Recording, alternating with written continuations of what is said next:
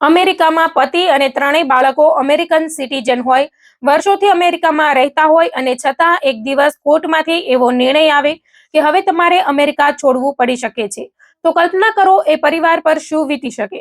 અમેરિકામાં રહેતા ભારતીયો અને ખાસ કરીને ગુજરાતી પરિવારો માટે આ કેસ માત્ર એક મહિલાની કહાની નથી, પરંતુ ઇમિગ્રેશનના નિયમો સામે કરેલી એક નાની કે મોટી ભૂલ કેટલા વર્ષો પછી પણ આખા પરિવારને મુશ્કેલીમાં મૂકી શકે છે, તેનો મોટો સંદેશ છે.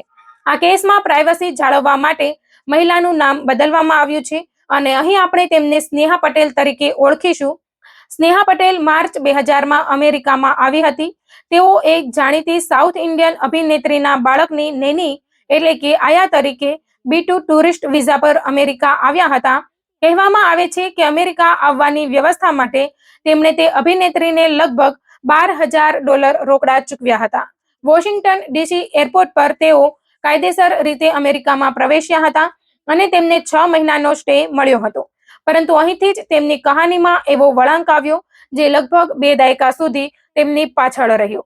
6 મહિનાનો સમય પૂરો થયા પછી પણ તેઓ અમેરિકા છોડીને ગયા નહીં અને અમેરિકામાં જ રોકાઈ ગયા. દરમિયાન તેમના લગ્ન થયા અને તેઓ 3 બાળકોની માતા બન્યા. સમય પસાર થતો ગયો અને પરિવાર અમેરિકામાં સ્થાયી જીવન જીવતો રહ્યો. બહારથી જોતા બધું સામાન્ય લાગતું હતું, પરંતુ ઇમિગ્રેશનની દ્રષ્ટિએ તેમની સ્થિતિ ખૂબ જ મુશ્કેલ હતી. હવે અહીં સવાલ આવે છે કે જો પતિ કાયદેસર સ્ટેટસમાં હતા અને પછી અમેરિકન સિટીઝન પણ બની ગયા, તો પત્નીને ગ્રીન કાર્ડ કેમ ન મળ્યું? આ સવાલનો જવાબ આખા કેસનો સૌથી મહત્વનો ભાગ છે. નવેમ્બર 2007માં તેમના પતિએ ગ્રીન કાર્ડની પ્રક્રિયા શરૂ કરી હતી, પરંતુ પતિને પોતાનું ગ્રીન કાર્ડ મળે તે પહેલા જ સ્નેહા પટેલ તરફથી એડજસ્ટમેન્ટ ઓફ સ્ટેટસ માટે ફોર્મ I-485 ફાઇલ કરવામાં આવ્યું. અહીં ઇમિગ્રેશન વિભાગની નજર તેમની તરફ ગઈ, કારણ કે તેઓ તેમના મૂળ 6 મહિનાના અધિકૃત સ્ટે પછી પણ અમેરિકામાં રહી રહ્યા હતા. ત્યારબાદ મે 2009માં તેમને નોટિસ ટુ અપિયર એટલે કે NTA આપવામાં આવ્યું અને ઇમિગ્રેશન કોર્ટમાં હાજર થવાનો આદેશ આપવામાં આવ્યો. પરંતુ કેસમાં સૌથી મોટો વળાંક ત્યારે આવ્યો જ્યારે તેમના ભૂતકાળના અમેરિકામાં પ્રવેશ અંગેના નિવેદનો તપાસવામાં આવ્યા. સ્નેહા પટેલે એક સમયે એવો દાવો કર્યો હતો કે તેઓ 31 માર્ચ 2000ના રોજ કેનેડા બોર્ડર પરથી ન્યુયોર્કના બફેલો વિસ્તારમાંથી કોઈ ઇન્સ્પેક્શન વગર અમેરિકામાં પ્રવેશ્યા હતા, એટલે કે એન્ટ્રી વિધાઉટ ઇન્સ્પેક્શન. આ દાવો અત્યંત મહત્વનો હતો, કારણ કે જો આ વાત સાચી હોય તો તેમના ઇમિગ્રેશન કેસની કાયદાકીય સ્થિતિ અલગ બની શકે. પરંતુ સરકારના વકીલે જૂના રેકોર્ડ બહાર કાઢ્યા અને કહ્યું કે તેમની પાસે તો B2 વિઝાનો રેકોર્ડ છે અને તેઓ વોશિંગ્ટન ડીસી એરપોર્ટ પર કાયદેસર રીતે આવ્યા હતા. બસ અહીંથી કેસ વધુ ગંભીર બન્યો. એક તરફ સરકાર પાસે વિઝા એન્ટ્રીનો રેકોર્ડ હતો અને બીજી તરફ મહિલાના નિવેદનો અલગ હતા. પરંતુ વાત અહીં પૂરી થઈ નહોતી. જ્યારે આ દાવો સામે આવ્યો ત્યારે સ્નેહા પટેલે પોતાની વાત સમજાવવા માટે બીજી કહાની કહી. તેમણે કહ્યું કે ભારતમાં રહેલી તેમની ફેમિલીને સાઉથની અભિનેત્રી નુકસાન પહોંચાડશે તેવા ડરથી તેમણે સાચી વાત છુપાવી હતી. પાસપોર્ટ છીનવી લેવાયો હતો, વધુ પૈસા માંગવામાં આવતા હતા અને પોતે મુશ્કેલીમાં હતા એવા દાવા પણ સામે આવ્યા. પરંતુ કોર્ટમાં જ્યારે અલગ અલગ સમયે આપવામાં આવેલા નિવેદનોની સરખામણી કરવામાં આવી ત્યારે અનેક વિરોધાભાસ જોવા મળ્યા. એક સમયે એરપોર્ટ વિશે અલગ વાત કરવામાં આવી, તો બીજા સમયે એમ કહેવામાં આવ્યું કે તેઓ એમ્સ્ટરડેમથી ટોરેન્ટો અને ત્યારબાદ બસ દ્વારા બફેલો આવ્યા હતા. સિંગાપુરમાં 12 કલાક રોકાયા હોવાની વાત પણ સામે આવી અને આખરે એવો જવાબ પણ આવ્યો કે તેઓ કયા એરપોર્ટ પર ઉતર્યા હતા તે તેમને યાદ નથી. ઇમિગ્રેશન જજ માટે આ માત્ર સામાન્ય ભૂલ નહોતી, કારણ કે ઇમિગ્રેશન કેસમાં વ્યક્તિના પોતાના નિવેદનો અને તેની વિશ્વસનીયતા ખૂબ મહત્વ ધરાવે છે. જો સરકારને એવું લાગે કે અરજદાર ઇમિગ્રેશન લાભ મેળવવા માટે ખોટી માહિતી આપી રહ્યો છે, તો આખો કેસ જ મુશ્કેલીમાં આવી શકે છે. હવે આગળની કહાની પણ એટલી જ મહત્વની છે. મે 2010માં ફિલાડેલ્ફિયામાં ફરીથી I-485 પ્રક્રિયા આગળ ધપાવવામાં આવી. તે સમય સુધીમાં તેમના પતિને ગ્રીન કાર્ડ મળી ચૂક્યું હતું. ત્યારબાદ ફ્રોડ અથવા ખોટી માહિતીના કારણે ઊભી થયેલી ઇનએડમિસિબિલિટીના માફ કરાવવા માટે ફોર્મ I-601 વેવરની દલીલ પણ કરવામાં આવી, પરંતુ સરકારે આ વેવર માટે તેમની પાત્રતા અંગે વાંધો ઉઠાવ્યો. કેસ એક કોર્ટમાંથી બીજી કોર્ટમાં ગયો. ફિલાડેલ્ફિયાથી મેમિપ્સ અને ત્યારબાદ કેન્ટકીના લ્યુઇસવિલ સુધી કેસ પહોંચ્યો. વર્ષો પસાર થતા ગયા, પરંતુ જૂના નિવેદનો અને રેકોર્ડ કેસની સાથે જોડાયેલા રહ્યા.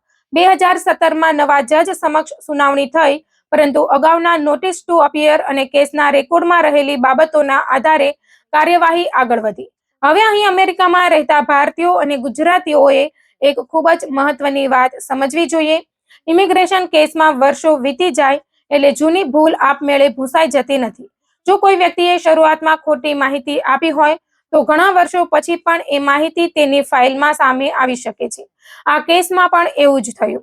જાન્યુઆરી 2018માં સ્નેહા પટેલના પતિ અમેરિકન સિટીઝન બન્યા, એટલે હવે પરિવાર માટે આશા હતી કે કદાચ પતિ અમેરિકન સિટીઝન હોવાથી પત્નીને પણ રાહત મળી શકે.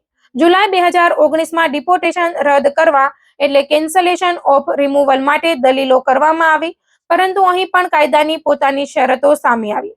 કોર્ટના મત મુજબ નોટિસ ટુ અપિયર આપવામાં આવ્યું. તે પહેલા જરૂરી 10 વર્ષનો સતત શારીરિક વસવાટ પૂર્ણ થયો નહોતો, એટલે માત્ર પતિ અને બાળકો અમેરિકન સિટીઝન છે એટલા કારણે ડિપોર્ટેશન આપમેળે રદ થઈ શકે નહીં. આ વાત ખાસ કરીને એવા ભારતીય પરિવારોએ સમજવી જોઈએ જેઓ માને છે કે મારા બાળકો અમેરિકન સિટીઝન છે એટલે મને કોઈ ડિપોર્ટ નહીં કરી શકે. વાસ્તવિકતા એટલી સીધી નથી. ઇમિગ્રેશન કાયદામાં દરેક કેસના પોતાના તથ્યો અને કાયદાકીય માપદંડ હોય છે, અને આ કેસમાં સૌથી મોટો નુકસાનકારક મુદ્દો હતો વિશ્વસનીયતા. ઇમિગ્રેશન જજે તેમના અલગ અલગ નિવેદનો અને વિરોધાભાસોને ગંભીરતાથી લીધા અને તેમને વિશ્વાસપાત્ર સાક્ષી માનવામાં મુશ્કેલી વ્યક્ત કરી. અંતે એડજસ્ટમેન્ટ ઓફ સ્ટેટસની અરજી નકારી કાઢવામાં આવી અને ડિપોર્ટેશન ઓર્ડર યથાવત રહ્યો. પરંતુ સ્નેહા પટેલે હાર માની નહીં. કેસ બોર્ડ ઓફ ઇમિગ્રેશન અપીલ્સ એટલે કે BIA સુધી ગયો અને 2019માં BIAએ પણ ઇમિગ્રેશન જજના નિર્ણયને યોગ્ય ઠેરવ્યો. ત્યારબાદ મામલો United states courts of appeal for the sixth circulate સુધી પહોંચ્યો. જાન્યુઆરી 2024માં 3 જજોની બેન્ચ સમક્ષ કેસની સુનાવણી થઈ. અહીં કોર્ટ દ્વારા કેટલાક પ્રક્રિયાગત મુદ્દાઓ પર સવાલો પણ નોંધાયા અને મહિલાની પરિસ્થિતિ પ્રત્યે સહાનુભૂતિ પણ જોવા મળી. પરંતુ કોર્ટની સહાનુભૂતિ અને કાયદાકીય રીતે રાહત આપવાની સત્તા આ બે અલગ બાબતો છે. સપ્ટેમ્બર 2024માં કોર્ટ ઓફ અપીલ્સે પણ તેમને કાયદાકીય રાહત આપવાનો ઇનકાર કર્યો અને અંતે માફી અથવા અન્ય રાહતનો નિર્ણય સરકારના વિવેકાધિકાર પર છોડી દીધો. એટલે વર્ષો સુધી અમેરિકા રહેવું, અમેરિકન પતિ હોવો, 3 અમેરિકન સિટીઝન બાળકો હોવા છતાં કેસમાં થયેલા જૂઠ્ઠા દાવા અને વિરોધાભાસી નિવેદનો એટલા ગંભીર બની ગયા કે ગ્રીન કાર્ડનો રસ્તો બંધ થઈ ગયો અને ડિપોર્ટેશન ઓર્ડર યથાવત રહ્યો. હવે આ સમગ્ર કેસમાંથી અમેરિકામાં રહેતા ભારતીયો અને ગુજરાતીઓએ શું શીખવું? સૌથી પહેલી વાત, ઇમિગ્રેશન ફોર્મમાં ક્યારેય ખોટી માહિતી ન આપવી. બીજી વાત, જો ભૂતકાળમાં કોઈ ભૂલ થઈ હોય તો તેને છુપાવવાના બદલે યોગ્ય ઇમિગ્રેશન એટર્નીને સંપૂર્ણ સત્ય જણાવવું.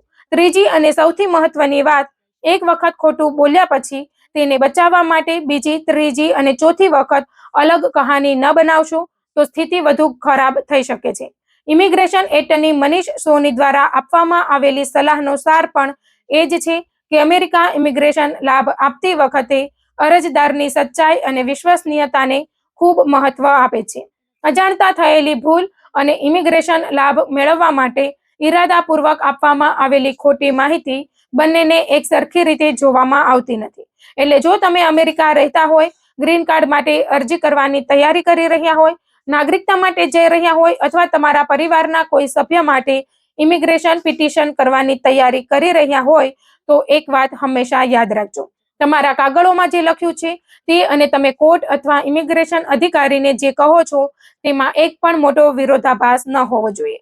કારણ કે આજે નહીં તો કાલે વર્ષો જૂની ફાઇલ પણ ફરી ખુલી શકે છે અને ત્યારે પતિ, પત્ની કે બાળકોની સિટીઝનશીપ તમારી દરેક સમસ્યાનો આપમેળે ઉકેલ બની જશે એવું માનવું ખતરનાક છે. આ કેસની સૌથી મોટી શીખ કદાચ એક જ વાક્યમાં કહી શકાય: અમેરિકન ઇમિગ્રેશન સિસ્ટમમાં કાયદેસર રસ્તો ધીમો હોઈ શકે છે, મુશ્કેલ હોઈ શકે છે, પરંતુ ખોટો રસ્તો પસંદ કરીને મેળવેલો ફાયદો આખી જિંદગીની મુશ્કેલી બની શકે છે. એટલે અમેરિકામાં રહેતા દરેક ભારતીય અને ગુજરાતી પરિવાર માટે સંદેશ સ્પષ્ટ છે. ઇમિગ્રેશનના મામલે કોઈની વાત સાંભળીને, કોઈ એજન્ટના કહેવા પર કે ઝડપી ગ્રીન કાર્ડની લાલચમાં ક્યારેય ખોટું ન બોલશો. તમારા કેસમાં ભૂતકાળમાં કોઈ સમસ્યા હોય તો સચ્ચાઈ સાથે યોગ્ય ઇમિગ્રેશન વકીલને આખી માહિતી આપો, કારણ કે એક ખોટું નિવેદન કદાચ તે દિવસે તમને બચાવતું લાગે, પરંતુ વર્ષો પછી એ જ નિવેદન તમારી સામે સૌથી મોટો પુરાવો બની શકે છે.